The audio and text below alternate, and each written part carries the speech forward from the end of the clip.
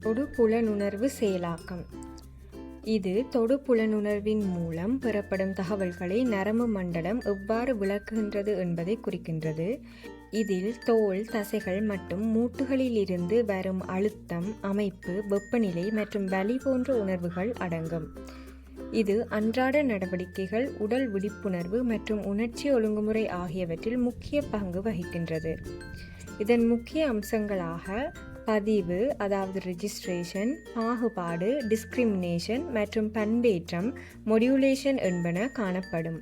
பதிவு மூளை தொடு உள்ளீட்டை கவனித்து அனுமதிப்பது. உதாரணம், அணிந்திருக்கும் ஆடைகளை உணருதல் மற்றும் அரவணைப்புகளை உணருதல். பாகுபாடு தொடுதலின் தரத்தை புரிந்து கொள்வது.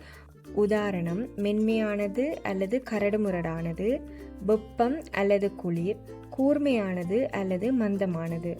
பண்பேற்றம் எதிர்வினைகள் பொருத்தமானதாகவும் தீவிரமானதாகவும் இல்லாமல் தொடுதலுக்கான பதில்களை சரியாக அளித்தல்.